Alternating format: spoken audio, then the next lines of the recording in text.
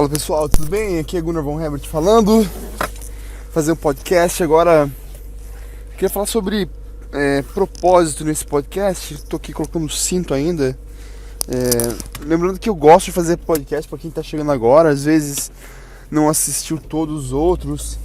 Eu faço podcast enquanto eu trabalho. Pra mim é produtivo fazer esse podcast enquanto eu trabalho, porque é tempo que geralmente eu não faria nada a não ser ouvir um audiolivro, tá? Então, pra mim, fazer o podcast nesse momento é algo que é super produtivo e é um tempo que eu tinha de ócio, né? Porque, imagina, só dirigir, eu odiava dirigir porque achava um saco que não tinha nada a fazer. Tipo, eu achava muito tempo perdido, né, dirigindo. E agora que eu faço podcast, eu gosto de dirigir pra caramba, porque eu tenho tempo pra falar o que eu tenho na cabeça e me expressar. E eu chamo até isso aqui de Captain's Log, né? Que é tipo um diário de bordo do capitão, que é onde eu expresso minhas ideias, meus pensamentos. E eu tô tentando ver o que eu faço aqui com... Tá frio em Curitiba, eu tô com uma blusa, aí o microfone tá pegando bem na blusa aqui. Aí fica fazendo um barulhinho chato. Tô tentando ver como é que eu faço pra não fazer esse barulho chato. Bom, de qualquer maneira, gente, vamos lá, peraí. Só terminar de ajeitar aqui. Jogar pra cá o microfone, agora vai dar. Beleza. Eu queria falar sobre propósito hoje, tá? Como é que a gente consegue viver o nosso propósito e o que isso significa pra gente e enquanto nós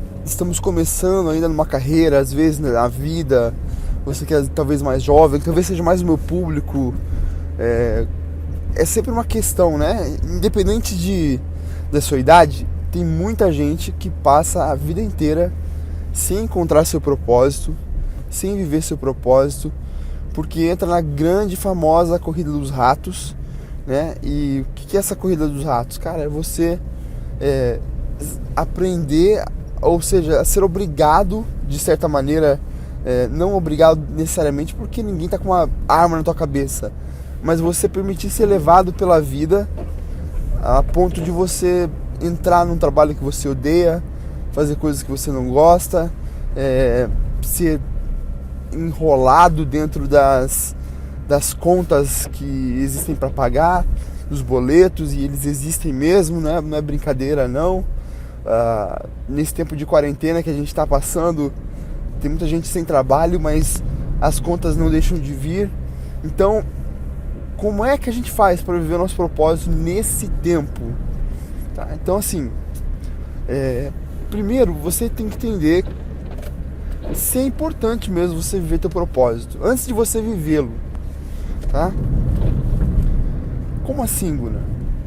Vou dar um exemplo eu vou falar de um caso, não vou falar de alguém específico, mas num geral, tá certo? Eu não quero machucar ninguém nesse sentido, imagina. Mas eu fui imigrante, a minha família foi imigrante durante anos, tá? 8 anos nós moramos nos Estados Unidos. E lá, meu pai, que era pastor, aqui no Brasil, esse era o seu propósito de vida, ele se viu tendo que trabalhar como consultor civil, né? Pedreiro, fazer cerâmica, né? Então, a grande maioria das pessoas que eu conheci lá nos Estados Unidos, eles tiveram que fazer uma opção de trocar o seu propósito de vida por qualidade de vida. Então, tinham pessoas que eram formados, eram advogados, eram engenheiros, tinham algum tipo de formação e profissão aqui no Brasil que eles exerceram durante alguns anos. Ou seja, eles entenderam que eles haviam nascido para fazer aquilo, tá? E foram estudar e começaram uma carreira, mas em algum momento algo deu errado, porque se tivesse dado certo não estariam lá, tá? E decidiram ir para os Estados Unidos, migrar para os Estados Unidos para viver como imigrantes e trabalhar na construção civil como todo mundo, ou trabalhar limpando casa, ou sei lá, fazer algum tipo de aquilo que é considerado para os americanos subemprego e que o imigrante faz. Só que o imigrante fazendo lá ganha bem, ganha muito bem. Às vezes não é nem a quantidade, mas é o poder do dinheiro que você consegue fazer com dinheiro lá nos Estados Unidos. Então, algumas pessoas justificam isso por melhorar a sua qualidade de vida. Eu, com um monte de grana no Brasil, não tinha o que eu tenho aqui. Então, para mim vale mais ganhar aparentemente menos aqui, mas com o dinheiro consegue fazer mais. E a infraestrutura do país é boa, e o poder de compra do país é muito grande, ou seja, seu dinheiro vale mais, as coisas são mais baratas lá, né? Então, as pessoas tomam essa decisão, e eu vi muito isso, e a gente fez isso, tá? E eu pensava que eu sempre soube que o meu propósito de vida era escrever, eu não sabia qual caminho que eu percorreria. Lá, como filho de imigrante, é diferente, porque você então tem algumas escolhas, né? Porque você tem mais conhecimento do que até seus próprios pais tiveram ao chegar ao país, e a partir dessas escolhas eles também acabam entrando nessa corrida de ratos. Mas como filho, você tem um conhecimento mais amplo, apesar do meu ainda ter sido muito fechado comparado ao que poderia ter sido quando eu vejo hoje, tá? E eu comecei a cantar rap lá, e pra mim esse era a maneira como eu desenvolveria a minha escrita, compondo músicas, produzindo músicas e assim por diante.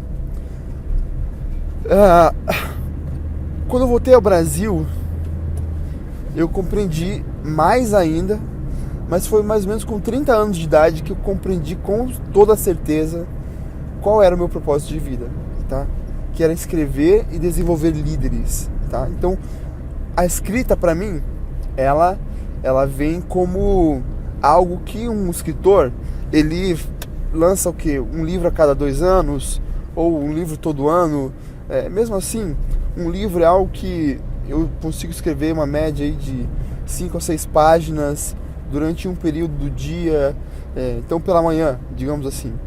E o resto da tarde, entendeu? Então, pra mim, hoje, a maneira como eu me encontrei na parte de desenvolvimento de líderes, hoje está muito forte com a minha empresa, né? Com a Bravo Capital, onde nós temos franqueados, nós temos o que a gente chama de co-founders, que são cofundadores das franquias, e são pessoas que são essenciais para o crescimento de toda a proposta.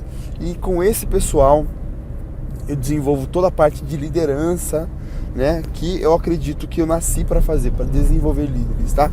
Todo o meu estudo, a minha formação, todo o meu conhecimento é voltado para o desenvolvimento de pessoas, e é algo que me fascina realmente, é algo que eu gosto de fazer, que eu me enxergo de uma maneira muito realizada.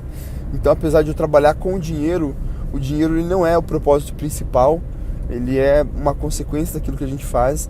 Agora, desenvolvimento de líderes é central naquilo que fala de essência daquilo que a gente faz, tá?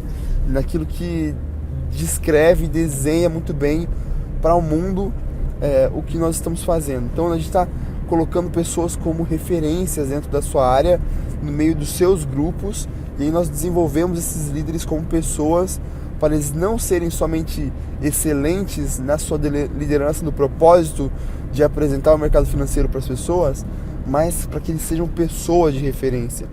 Então isso manda muito mesmo, tá? E aí você, se você, por exemplo, não sabe o que é que você quer fazer, o que você quer ser quando crescer, né? A gente fala isso quando é criança, mas que vira uma realidade cada vez mais. E para você não entrar na corrida dos ratos, para você é mais importante fazer algo que você entende que você nasceu para fazer, ou ter uma boa qualidade de vida? Essa é uma pergunta muito essencial que precisa ser feita, e você tem que parar e refletir para obter essa resposta. Ou seja, Se você precisar fazer de graça por muito tempo aquilo que você entende que você nasceu para fazer, você faria ou você estaria desmotivado? Se a resposta é que você faria, então é um bom sinal de que você nasceu para viver o seu propósito. E nem todas as pessoas nasceram para viver o seu propósito, porque muitas pessoas decidem ter qualidade de vida, tá? Quando você pensa no futuro, você se enxerga sendo uma referência ou você se enxerga numa casa boa, podendo viajar, com um carro que você queria ter? É importante isso também. Eu não estou desmerecendo aqui, eu não quero te convencer a qualquer custo viver o seu propósito. Então, quando você entende, você começa a imaginar seu futuro e você dá valor mais a momentos, por exemplo, você está com a sua família no sentido de passar qualidade de tempo, você ter carro, você ter dinheiro, você poder fazer viagens, você dar boas condições para seus filhos. Isso, apesar de ser uma coisa muito boa, é um sinal de que você prioriza a sua qualidade de vida. Mas aí, você viver o teu propósito, ele necessariamente quer dizer que você não pode ter isso? Poxa, eu não posso ter as duas coisas? Pode. Agora, dependendo de qual seja o teu propósito de vida, pode ser que demore para você alcançar a qualidade de vida, ou pode ser que você nunca alcance qualidade de vida. Existem algumas profissões, existem alguns propósitos que eles não são rentáveis, né? Ou não são rentáveis o suficiente para te dar uma boa qualidade de vida. Depende daquilo que você imagina por qualidade de vida. Ou seja, digamos que você entende que boa qualidade de vida é algo que ele é imaterial, ou seja, é felicidade na sua casa, é paz no coração. Isso tudo você consegue sem dinheiro, tá? Ou com um mínimo de dinheiro para você poder pagar suas contas e sobreviver. Tudo aquilo que é imaterial, que você entende como qualidade de vida e você descreve como qualidade de vida, você pode ter ao mesmo tempo, ou seja, construir ao mesmo tempo que você está construindo a sua vocação ou você está construindo o seu propósito, seja lá como você gostaria de chamar, tá? Sua missão de vida, o vocabulário é por tua conta. Isso pode ser construído, ok? Agora, riqueza, ele gera mais opções na vida. E quando você fala em gerar riqueza, você precisa muitas vezes fazer uma escolha, tá? Tem muitos empreendedores que eles não vivem o seu propósito de vida, mas eles precisam ressignificar esse propósito de vida, porque se um cara ele é empreendedor, ele está procurando por oportunidades de empreender, ou seja, de fazer negócios, sejam produtos ou serviços. Às vezes o produto que ele vai vender não tem nada a ver com ele, mas é na venda que ele encontra o propósito, é no negócio que ele encontra o propósito, é nos relacionamentos que ele encontra o propósito, tá? Então, isso tudo são coisas que precisam ser ponderadas, tá? Quando a gente fala de propósito de vida versus qualidade de vida. Às vezes, para você construir aquilo que você entende que você nasceu para fazer, você pode passar anos nessa construção até que você chegue lá. E nesses anos você vai ter que sacrificar a sua qualidade de vida, vai ter que sacrificar tempo com a família, vai ter que sacrificar dinheiro, porque muitas vezes você não vai ganhar dinheiro.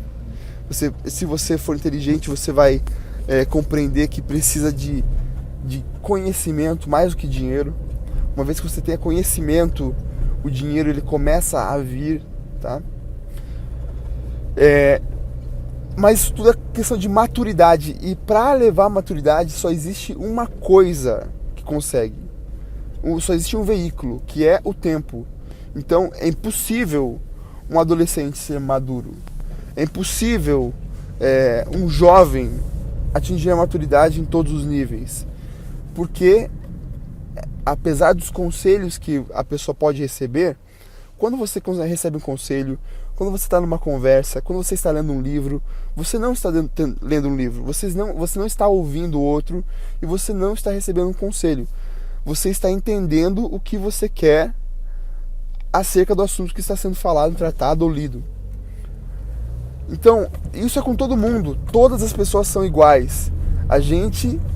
Por que nós fazemos anotações quando você está fazendo um livro, quando você está estudando?